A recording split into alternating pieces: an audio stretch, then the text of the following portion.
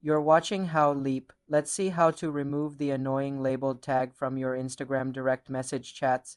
These labels like primary or general are part of Instagram's inbox sorting. Open Instagram and go to your direct messages by tapping the paper airplane icon.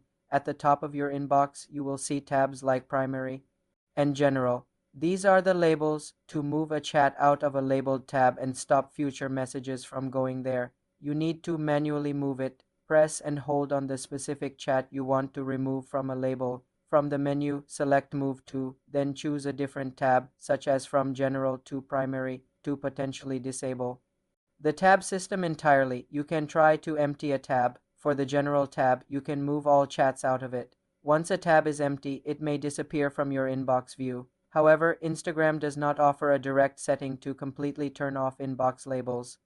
It is a core feature. The main goal is to keep all important chats in your primary tab, which has no label, and ignore the general tab.